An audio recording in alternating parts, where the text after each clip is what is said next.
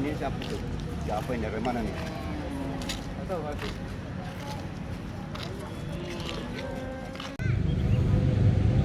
Ibadah haji memang hebat. Apanya yang hebat? Fakta terkini di Armina, Arafah, Muzdalifah, dan Mina. Kemudian fakta terkini di Indonesia. Fakta terkini di Armina, konsentrasi ritualitas terbesar, komitmen permusuhan abadi antara manusia dengan syaitan terbesar, kemudian wisuda agama terbesar. 3 terbesar ada di Armina saat ini. Konsentrasi ritualitas ibadah terbesar di seluruh agama. Tidak ada agama seperti Islam bisa mengumpulkan ritualitas agama tersentral dalam satu tempat, yaitu di Padang Arafah, dilanjutkan di Muzdalifah, dan sekarang sedang berada di Mina.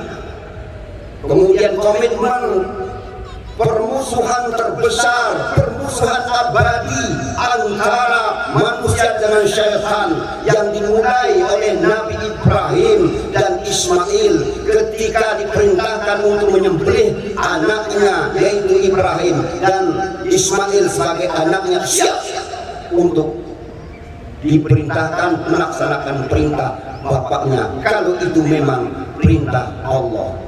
Ya abati ma tu'mar satajiduni insyaallah minas sabirin. Itu kata anak yang soleh kepada bapak, taat begitu besar. Kalau memang itu datang dari Allah, laksanakan ayatnya. Saya siap, saya akan sabar.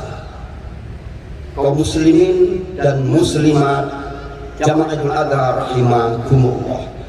Kemudian wisuda agama terbesar, terkumpul tersentral dari seluruh mata angin, utara, selatan, timur, barat, berkumpul. Berjuta-juta manusia berada saat ini di Armina. Mereka semua datang memohon kehadirat Allah Subhanahu wa Ta'ala dengan satu komitmen: ya Allah, kami siap berislam, kami siap menghidupkan Islam, kami siap mati dalam Islam walaupun berapapun. Kalau Islam meminta, kami siap seluruh jiwa raga. Itu komitmen yang ada di Padang Arafah, di Muzdalifah, dan di Mina saat ini.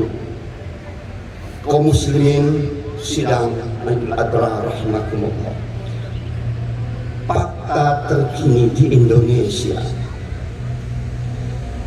ibadah menghadirkan ritualitas Armina.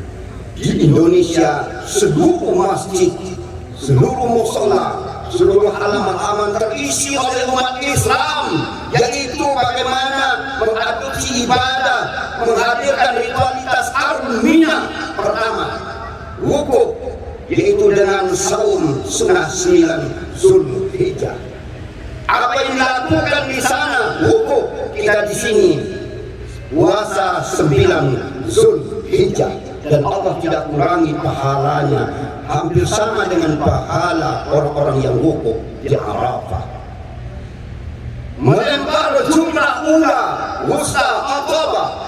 Kita di Indonesia dengan menyembelih hewan kurban 10, 11, 12, 13 Hijriah, kita melaksanakan penyembelihan hewan kurban ini. Pahalanya sama dengan pahala Nabi Ibrahim diperintahkan oleh Allah untuk menyembelih anaknya Ismail, tapi diganti dengan seekor kibas atau binatang ternak. Pahalanya luar biasa. Orang-orang yang berkorban di jalan Allah Subhanahu wa Ta'ala. Sayang kalau ada harta benda tapi tidak untuk berkorban, sebab ini menjadi saksi hidup di hadapan Allah kelak di yaumul qiyamah. Binatang-binatang yang kita sembelihkan itu akan bersaksi ketika kita akan mungkin diumumkan masuk nerakanya Allah. Dia tampil menjadi pembela kepada orang-orang yang berkorban. Melempar jumrah, ula, wusta, aqabah. Dia menyembelih hewan kita adalah apa sebenarnya pesan di situ, di samping pahalanya begitu besar, tapi sesungguhnya bukanlah binatang ternak itu yang menjadi persoalan, tapi adalah takwa kita kepada Allah Subhanahu wa Ta'ala, yaitu apa? Kita ingin membersihkan diri, tobat yang sebenar-benar tobat. Kita usir apa yang ada di dalam diri kita, nafsu kita yang selalu mengikuti jejak-jejak setan, nafsu kita yang selalu mengikuti jejak-jejak binatang, semua diusir karena kita menyembelih hewan itu. Artinya lambang simbolitas kita bahwa kita sebenarnya adalah menjadi sifat-sifat negatif yang ada dalam diri kita. Tawaf ifadah dilaksanakan di sana, melaksanakan tawaf ifadah. Dengan di sini kita dengan menyelenggarakan sholat Idul Adha, takbir, tahmid, tahlil sejak tanggal 10, 11, 12, 13 Zulhijjah ini kita lakukan Idul Adha, kita sholat bersama, dilanjutkan nanti kita takbir, tahmid, tahlil, kita membesarkan Allah, kita memuji Allah, kita mentuhankan, mentauhidkan diri kita kepada Allah. La ilaha illallah, tiada Tuhan selain Allah. Ini yang harus kita jam betul-betul ke dalam dada kita pada hari ini, agar dalam diri kita bersih. Yang ada hanya Allah yang besar, yang ada kita puji hanya Allah, tidak ada makhluk dalam diri kita. Yang ada Tuhan hanya Allah, tidak ada Tuhan sisipan lainnya. Inilah hari ini kita berkomitmen kepada Allah Subhanahu wa Ta'ala. Fakta terkini di Indonesia, kita berusaha komitmen menghadirkan spiritualitas Armina. Apa yang bisa kita tangkap dari ritualitas dan kemudian spiritualitas semangat Armina? Pertama, bersama memelihara persatuan dan kesatuan bangsa. Mahal harganya persatuan dan kesatuan ini. Tidak mudah mempersatukan bangsa yang begitu banyak, beragam, beraneka macam ini. Bayangkan kalau kita tidak bisa bersatu, begitu banyak perbedaan dan perbedaan. Suku saja sampai 1000 lebih, bahasa saja 1000 lebih, dan juga budaya 2700 lebih di Indonesia ini. Belum lagi partai politik, belum lagi ormas macam-macam. Kalau tidak ada elang untuk perekat, kalau tidak ada lem perekat, tali yang kuat, bagaimana bisa mempersatukan bangsa ini? Maka belajar dari Armina untuk mempersatukan bangsa ini. Kita lihat pakaian ihram putih, pakaian ihram putih semuanya dan tidak berjahit buat laki-laki. Itu apa gambaran Allah memberikan pendidikan kepada kita.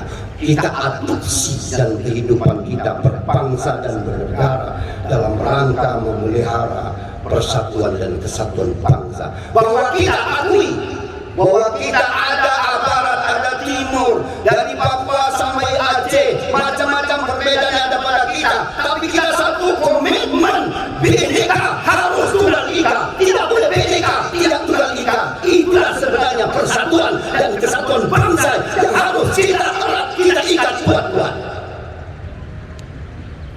Semangat wukuf dengan semangat, yaitu semangat wukuf dengan menggunakan pakaian ihram. Itu gambaran persatuan dan kesatuan. Kedua, bersama melawan musuh. Mengapa ketika mereka di sana melempar secara kolektif bersama berjemaah melempar jumlah ula, wusta, aqabah, mereka bisa bersatu melawan musuh? Ini kita adopsi. Begitu banyak orang haji dan haga di Indonesia ini. Mari kita sama-sama ramai-ramai lawan musuh kita. Siapa musuh kita itu? Itu musuh persatuan dan kesatuan bangsa. Itulah musuh kita. ramai-ramai kita orang yang sudah haji dan umrah berkeyakinan bahwa musuh kita adalah musuh bersama. Musuh bersama kita, siapa musuh kita saat ini? Adalah musuh kita saat ini kalaulah disingkat PBNU. Itulah musuh kita saat ini. Orang yang memusuhi PBNU, itulah musuh kita. Apa itu? Pancasila, Bhinneka Tunggal Ika, NKRI, dan Undang-Undang Dasar 1945. Itu musuh kita bersama. Kita tidak bisa ibadah dengan tenang. Kita tidak bisa masuk masjid dengan tenang. Kita tidak bisa puasa dengan tenang kalau PBNU diganggu. Karena hidup kita sepakat hidup bersama di Republik tercinta ini. Kaum muslimin sidang Idul Adha rahimakumullah. Maka melempar jumrah pada hakikatnya adalah melempar apapun yang ada dalam diri kita, negatif, sifat-sifat buruk, sifat-sifat binatang, sifat-sifat setan, sifat-sifat intoleran, sifat-sifat liberal, radikal, apapun namanya, yang sifat menggonggong kekuasaan yang sah, persatuan dan kesatuan tidak aman. Itulah sebenarnya yang harus kita basmi. Karena ini memang komitmen kita melempar jumlah musuh negara, yaitu setan yang ada dalam setiap diri kita. Kemudian bersama untuk menjadi yang terbaik. Secara pribadi, mari kita menjadi pribadi yang baik. Pribadi yang baik itu tidak ada lawan, tidak ada. Semua orang menjadi teman dan sahabat kita. Walaupun orang memusuhi kita, kita masih menganggap ia sahabat kita. Dan orang merasa kehilangan kalau tidak ada kita. Itulah pribadi yang terbaik. Kemudian menjadi keluarga yang terbaik. Keluarga yang terbaik adalah keluarga yang senantiasa walaupun dimanapun ia berpikir keluarga. Saya punya anak, saya punya istri, saya punya suami, saya punya tanggung jawab dalam rumah tangga. Inilah orang yang memikirkan dan mencintai terbaik dalam keluarganya. Kemudian kita berpikir masyarakat. Satu kali kita tidak hadir ke masjid, satu kali kita tidak hadir kumpulan majelis taklim, ditanya mana si fulan, orang rindu dengan tawanya, orang rindu dengan pikirannya, orang rindu dengan bahasanya, orang rindu dengan senyumnya. Inilah orang yang dirindukan di masyarakat. Kemudian berbangsa dan bernegara, terbaik bagi berbangsa dan bernegara, yaitu dimulai terbaik kita di bidang kita masing-masing. Kita saat ini mungkin yang hadir ini adalah orang-orang yang hidup dan memang pada dunia keamanan di kepolisian. Maka terbaiklah Anda sekalian menjabat sebagai polisi. Polisi yang terbaik adalah polisi yang senantiasa memperbaiki diri dan memperbaiki umat sesuai dengan tusinya masing-masing. Maka saya ucapkan selamat Hari Bayangkara yang ke-76. Bapak dan saudara-saudara Dewan Pimpinan Kapolda dan Wakapolda Kalimantan Barat telah memberikan yang terbaik buat Kalimantan Barat. Aman, tentram, damai. Itu yang terbaik bagi bapak-bapak dan saudara-saudara yang berada di dunia keamanan. Maka rasa syukur kita tentunya kita makin memperbaiki diri. Memperbaiki diri, siap menghadapi perubahan zaman dengan beradaptasi dengan perubahan zaman. Itu kita tidak boleh diam, tapi kita harus memantau dan melihat bagaimana perkembangan zaman ke depan. Apa yang harus dituntut, apa yang harus kita lakukan, lalu apa kira-kira persiapan kita sehingga kita jika sesuatu hal yang akan merongrong keamanan kita mampu untuk menjawabnya secara baik dan pasti. Oleh karena itu, tentu tidak ada kata lain bagaimana kita mensyukuri nikmat ini. Nikmat datang dari Allah, kita syukuri nikmat itu, yaitu dengan mengembalikan kepada Allah. Ketika Imam Al-Ghazali dimintai datang 3-4 orang ulama ke rumahnya, yang pertama dikasih oleh Imam Al-Ghazali dengan kuda itu dibawanya dan dia senang sekali dan bersyukur dapat kuda itu. Datang ulama yang kedua dikasih Imam Ghazali dengan kuda dan kuda itu dibawanya, kemudian dipakainya untuk melaksanakan tugas di sekitar negeri Irak dengan sebaik-baiknya. Datang ulama yang ketiga dikasih dengan kuda dan kuda itu dibawanya pulang, kemudian dikasihnya makan, dirawat, kemudian dipakai untuk melaksanakan tugas dan dia berterima kasih kepada Imam Ghazali yang telah memberikan kuda itu. Dan yang keempat, ulama yang keempat dikasih kuda oleh Imam Al-Ghazali. Dia bawa kuda itu, dia rawat kuda itu, dia pakai kuda itu, dan dia terima kasih kepada Imam Ghazali yang memberikan kuda itu, dan lebih terima kasih lagi kepada yang menciptakan Imam Al-Ghazali, yang menciptakan kuda itu, bahkan menciptakan dirinya sendiri, yaitu Allah Subhanahu wa Ta'ala. Keberhasilan Hari Bayangkara ke-76 Kalimantan Barat pantas untuk disyukuri, yaitu mensyukuri Allah. Kita banyak-banyak bersyukur, berterima kasih kepada Allah Subhanahu wa Ta'ala. Harapan dan ajakan terakhir dari hati, mari bersama menjadikan Idul Adha spirit kekuatan dahsyat dalam rangka mengawal perubahan kehidupan dahsyat dari diri sendiri, dari hal yang kecil, dari sekarang untuk umat, bangsa, dan NKRI yang tercinta ini.